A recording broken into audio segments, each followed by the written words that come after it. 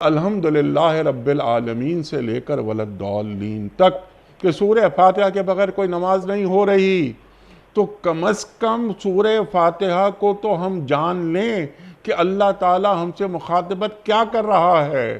اس تعلق سے آپ کیا فرمائیں گے؟ انیق صاحب، میں کیا عرض کروں، میں تو یقین بات ہے دکھ ہوتا ہے یہ صورتحال دیکھ کر۔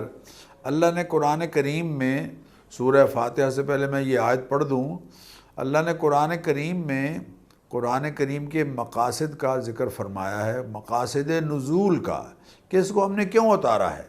فرماتے ہیں کتابن، یہ ایک بہت عظمت والی کتاب ہے، چونکہ نکرہ کامن ناؤن جب ذکر آئے تو وہ عظمت کے لیے بھی ہوتا ہے۔ کتابن، یہ ایک عظمت والی کتاب ہے، مبارکن، کتابن انزلناہ الیک، اے حبیب ایک کتاب ہے عظمت والی جس کو ہم نے آپ کی طرف اتارا ہے، یہ مبارکن، یہ بڑی برکت والی ہے، جہاں پڑھی جائے گی وہاں برکت نازل ہوگی، جس دکان میں جس گھر میں پڑھی جائے گی وہ شیاطین کے شر سے بچا رہے گا، دکان میں اللہ تعالیٰ کی برکت نازل فرمائیں گے اللہ تعالیٰ۔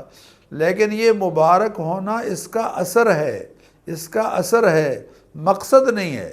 مقصد اگلے جملے میں ہے، لِيَدَّبَّرُوا آیَاتِهِ، جی، تاکہ لوگ اس کی آیات میں غور و فکر کریں، وَلِيَتَذَكَّرَ أُولُو الْأَلْبَابِ، اللہ اور تاکہ اصحاب عقل و دانش اس سے نصیحت حاصل کریں۔ سبحان تو تدبر اور تدبر، تفکر، تعقل، تفہم، یہ قرآن کریم کا بنیادی مقصد ہے۔ افلا یتدبرون القرآن، لوگوں کو کیا ہو گیا ہے، قرآن کریم میں غور و فکر نہیں کرتے۔